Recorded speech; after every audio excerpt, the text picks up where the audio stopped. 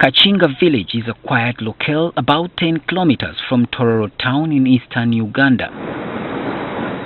When we arrived here, bubbly children clad in pink school uniform warmly welcomed us. Organized in small groups, each under a tree shade, they chanted songs and classroom citations led by their teachers.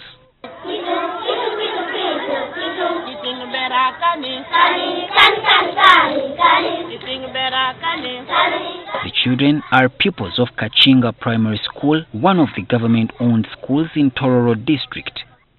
For more than 2 years now, the entire school has been operating under tree shades after the makeshift structures set up by parents collapsed. The head teacher, Peter Okoth, told NTV that they are barely coping, working under extreme hardship. We are trying, but we are failing. Just as we don't have classrooms, everything is a bit hard. Kachinga Primary School was founded about 30 years ago as a community school, but government took it over in 2010. Sar Awar is one of the 9 teachers serving in the school. She vividly recalls her first day here as though it happened yesterday. I was given a map because I'd never reached this place. So when I came, I found women around the borehole. I asked, can you please direct me to where Kachinga Primary School is? I was just standing along these trees here. Then a certain lady, my neighbor there in the school, said, the school is just where you're standing. So the school had been closed. It was the first day. There was nobody. I had nowhere to go. I was stranded. Day one in class seemed interesting and she had hope, which faded over time. To come early in the cold, there's nowhere even to place a child. There's no privacy. There's nowhere to breastfeed. You're just exposed. John Patrick Osangada was the first teacher government posted here in 2010. Osangada has not seen any positive change. There is nothing in a place, completely nothing. The head teacher told us that scores of teachers who have been posted here worked for only a short while and abandoned the school, citing hardships. First of all, when we had a few teachers here and we wanted more, whoever could be brought here would just run away. They got to the office and said, I can't go to that place. That place is hard to reach. Endurance for success is the motto for Kachinga Primary School, and as you see, its pupils are here to fight for a better life. Now, the only building behind me is a Catholic church, and it can only house one class, Primary 6. Now, the challenge to the rest is whether this motto will still hold any meaning if nothing has changed.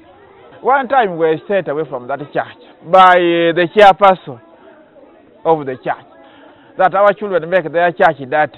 So I don't see the future from them unless the government does something for them. Primary 6 pupils often have their lessons from this church building.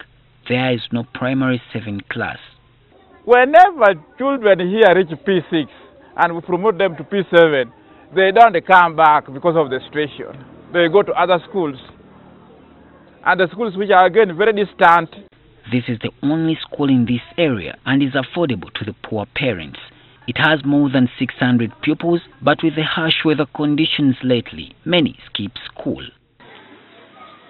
The pupils grow crops like maize, from which the school then makes flour to feed them. But on the day we visited, the maize was still at the milling machine and neither breakfast nor lunch had been served. If we grow maize like we have done, and we harvest the maize, we can grind for them and they get some porridge. But if we have not grown anything, children just sit like that because the parents have failed to compromise.